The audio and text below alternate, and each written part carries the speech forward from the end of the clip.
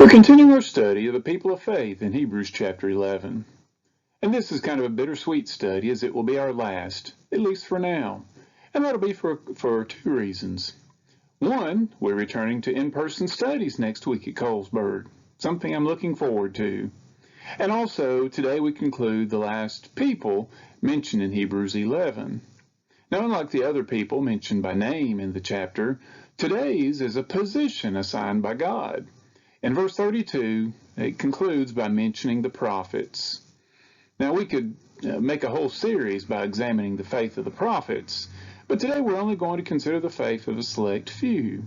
We kind of started last week when we examined Samuel, who was a prophet, along with many other positions, and we'll continue today by looking at some more prophets and the faith that we can, or their faith demonstrated in the lessons that we can learn.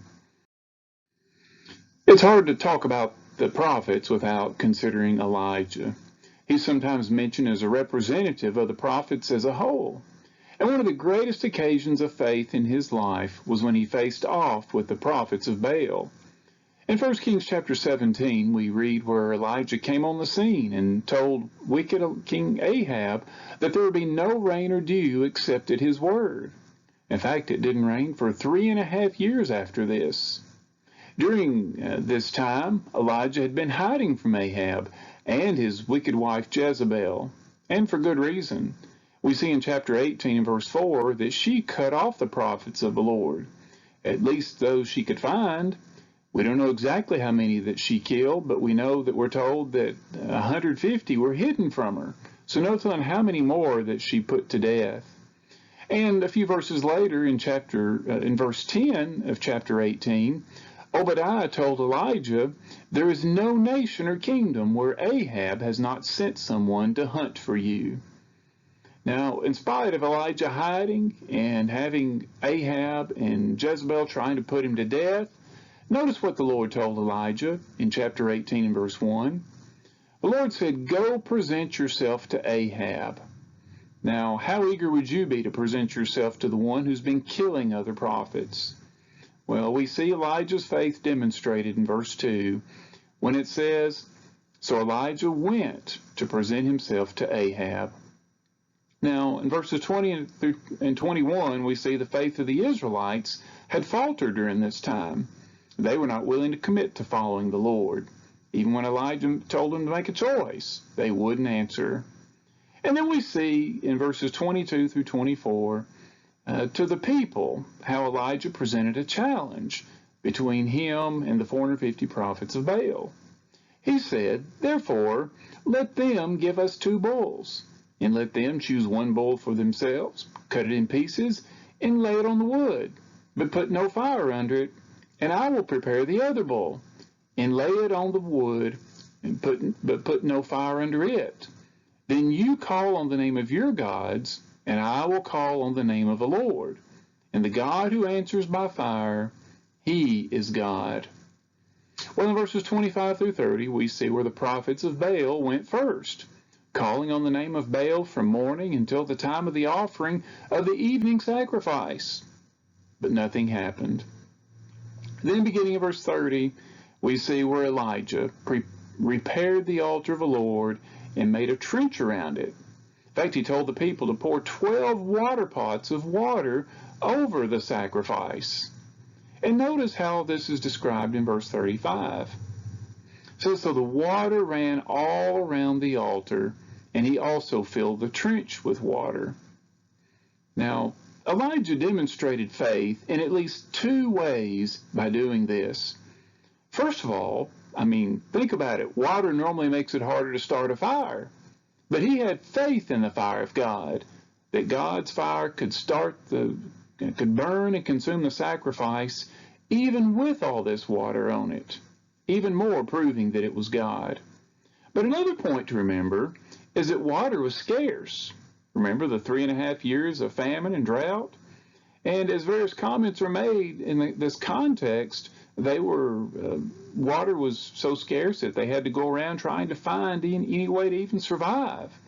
But yet Elijah had enough faith in the reign of God that he was willing to pour, some people may have thought waste, all this water on this altar. You see, earlier in the chapter in verse 1, the Lord had told Elijah, I will send rain on the earth. And so Elijah, pouring all this water on the offering or the sacrifice, was also a sign of his faith in God to send his rain. Well, what happened? Well, after Elijah prepared the altar and put the animal on it, poured all the water and had it overflowing, then we see his prayer to God. Beginning verse 36, Elijah prayed, Lord, God of Abraham, Isaac, and Jacob, let it be known this day that you are God in Israel, and I am your servant, and that I've done all these things at your word. Hear me, O Lord, hear me, that this people may know that you are the Lord God, and that you have turned their hearts back to you again. Well, what happened? Well, verse 38, the fire of the Lord came. In fact, it says the fire of the Lord fell and consumed the burnt sacrifice, and the wood, and the stones, and the dust, and it licked up the water that was in the trench. So, by Elijah's faith in God, God sent his fire. And then we also see in the following verses that the rain of the Lord came as well. In verse 41, Elijah told Ahab, Go up, eat and drink, for there is the sound of abundance of rain. Now, actually, at this point, the sound was only heard by faith, because there was no rain physically to hear yet, but yet through the ears of faith, Elijah considered as good as heard. Well, verse 43, Elijah prayed 6 times, but there was no rain.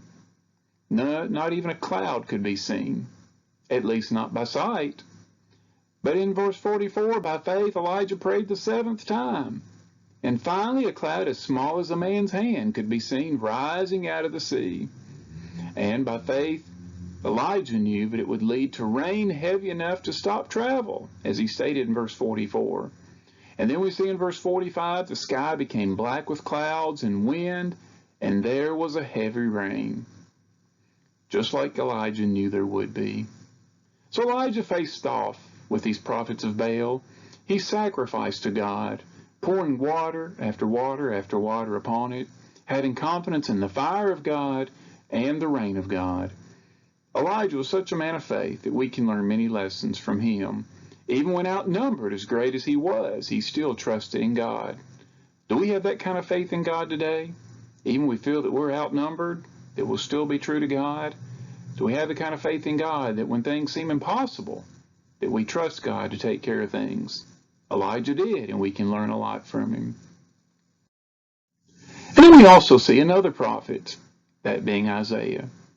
Now, there's much we could look at in the life of Isaiah to see faith being demonstrated. And I want us to consider an event in Isaiah chapter 20. In Isaiah 20 and verse 2, the Lord told him, Go and remove the sackcloth from your body, and take your sandals off your feet. And he did so, walking naked and barefoot. Now, Isaiah is probably not naked in the sense of not having on any clothes. This would probably be more like us walking around in our underwear, as just the outer garment being removed is considered nakedness in the Bible. Another sermon another day, but something for us to think about when we think about what we consider nakedness. And you think about the shame that this would bring, and this wasn't just a one-time event. We see in verse 3 that this lasted for 3 years. Can you imagine walking around in your underwear for 3 years? Think about how you would feel about this event. We see in verse 4 that it was done to represent the shame of Egypt. And this was surely a shameful thing to Isaiah. Yet God told him to do it, and so he did. Just one more example of faith in the life of Isaiah. Sometimes God calls on us to do things that we just don't understand, that may seem difficult, may even seem shameful in some ways. But we need to have enough faith and trust in God to do exactly what he said, not concerned about how others might respond. By faith, Isaiah endured such shame for 3 years in service to God. And surely we can dedicate our lives in service to him as well. And then another interesting situation we find as an example of faith among the prophets involves Hosea. In Hosea chapter 1 and verse 2, notice what God told Hosea to do. He said, "Go, take yourself a wife of harlotry and children of harlotry, for the land has committed great harlotry by departing from the Lord." Now, what would be your response if the Lord told you to go marry a harlot? Would you have a few questions? Maybe try to talk your way out of it? Well, notice what Hosea did. Verse 3 says he went.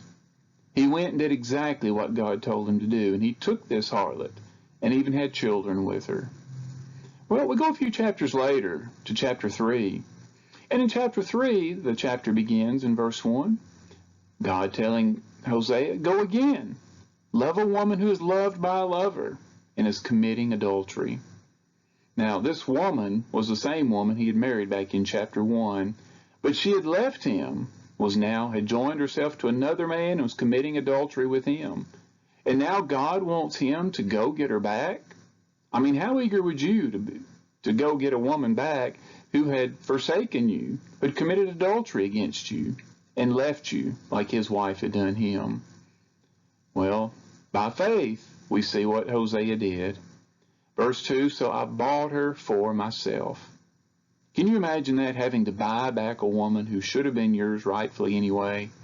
What great faith it took on Hosea's part to do what God said in this unusual and difficult situation.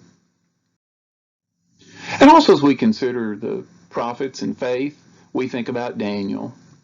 In Matthew chapter 4 and in Mark 13, Jesus referred to Daniel the prophet. And while much good could be learned from the prophecies of Daniel, we're going to focus on the faith of Daniel. One thing we see early in Daniel's life that we learn from him is by faith, he did not defile himself. In Daniel chapter 1 and verse 6, we read that Daniel was among the young men carried from Judah to Babylon. And he first demonstrated his faith in verse 8, when Daniel purposed in his heart, but he would not defile himself with a portion of the king's delicacies, nor with the wine which he drank. We see in verses 12 and 13 where Daniel told the steward, "Please test your servants for 10 days, and let them give us vegetables to eat and water to drink, and let our appearance be examined before you, and the appearance of the young men who eat the portion of the king's delicacies. And as you see fit, so deal with your servants." Daniel had such faith in God that he was confident that if he did not defile himself with this abundance of food that they put before him from the king, and he stuck to the diet that the Lord wanted him to have, that he would look even better than those who enjoyed the finest delicacies of the king. Well, we see in verse 15, at the end of 10 days, their features appeared better and fatter in flesh than all the young men who ate the portion of the king's delicacies. And we also see later on in the life of Daniel, later on in the book, that by faith Daniel kept praying to God. I'll get it right there.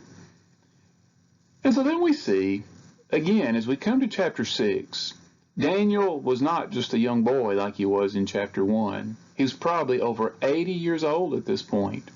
And we see in verse 3 that Daniel distinguished himself above the governors and satraps because an excellent spirit was in him, and the king gave thought to setting him over the whole realm. Well, that didn't sit well with others. So we see in verse 4, "So the governors and satraps sought to find some charge against Daniel concerning the kingdom." But notice, they could find no charge or fault because he was faithful, nor was there any error or fault found in him. Can you imagine that, being so faithful to God that when people try to find some error in your life, that there is none to find? In fact, their conclusion in verse 5 was that we shall not find any ground for complaint against this Daniel unless we find it in connection with the law of his God. So what did they do? Well, in verses 6 through 9, they got King Darius to issue a decree that those who petitioned a god or man other than him would be cast into the den of lions. So what happened? How did Daniel respond? Well, we see in verse 10, when Daniel knew that the document had been signed, he went to his house where he had windows in his upper chamber open toward Jerusalem. He got down on his knees 3 times a day and prayed and gave thanks before his God.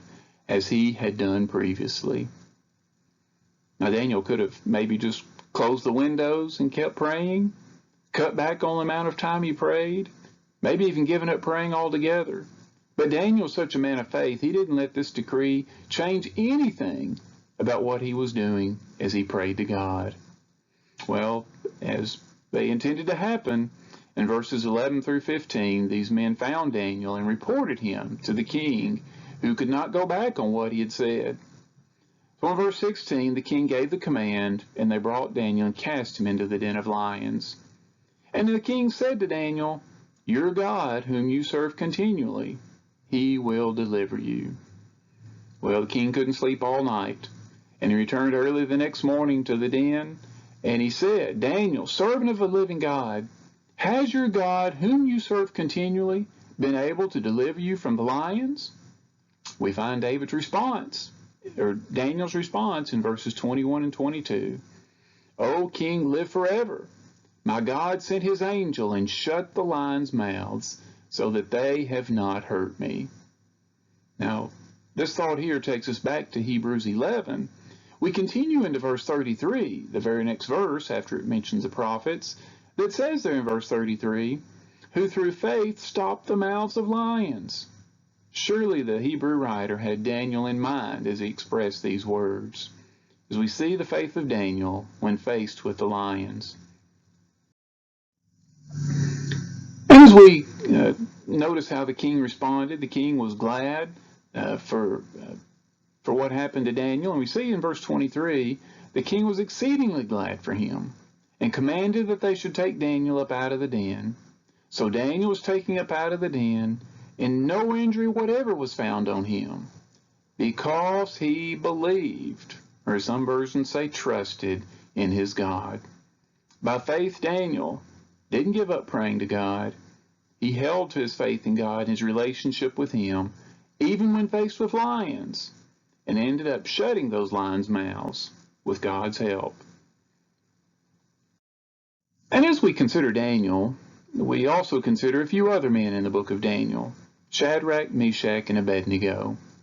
Now, we first find them mentioned in chapter 1, where we see, along with Daniel, that they did not defile themselves either by eating of the king's food and wine, his delicacies. They followed the same diet that Daniel did, the one that was pleasing to God, and they also, like Daniel, looked better than the others. But come a few chapters later, to chapter 3, where we see another example of faith in these men, when by faith they did not bow. In chapter 3, verses 1 through 5, King Nebuchadnezzar made an image of gold and commanded all to worship it. In verse 6, "And whoever does not fall down and worship shall be cast immediately into the midst of a burning fiery furnace." Well, as you might expect, verse 7 says all the people fell down and worshipped it. Well, not quite all. In verses 8 through 12, some Chaldeans told the king that Shadrach, Meshach, and Abednego did not bow down. They were not like everybody else. In verses 13 through 15, in rage and fury, says that he had them brought to him and questioned them. He basically said, "I'm going to give you a second chance, and if you'll bow down now, then everything will be fine. But if you do not worship, you shall be cast immediately into the midst of a burning fiery furnace." And notice his question, "And who is the God who will deliver you from my hands?" Well, notice the faith of Shadrach, Meshach, and Abednego in their answer to the king. By faith they told him, "O Nebuchadnezzar, we have no need to answer you in this matter. If that is the case, our God whom we serve is able to deliver us from the burning fiery furnace, and he will deliver us from your hand, O king. But if not, let it be known to you, O king, that we do not serve your gods, nor will we worship the gold image which you have set up."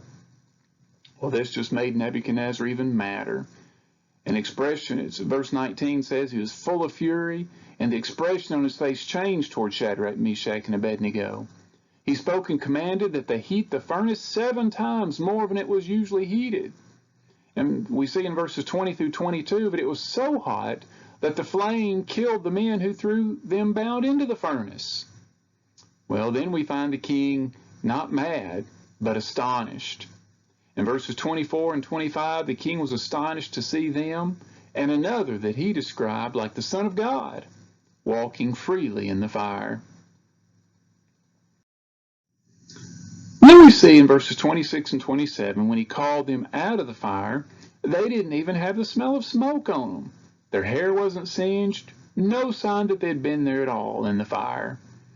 And again, as we go back to Hebrews 11, in verses 33 through 34, we're again reminded of the words of the writer there, who said, of men who through faith quenched the violence of fire.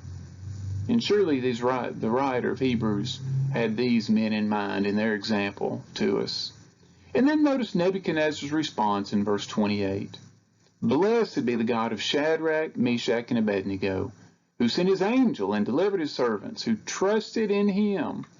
And they have frustrated the king's word and yielded their bodies, that they should not serve nor worship any god except their own God.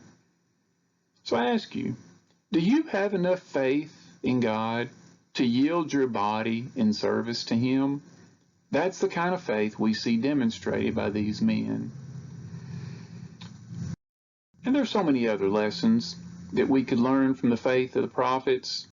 May we have the faith today to live by faith as they did then.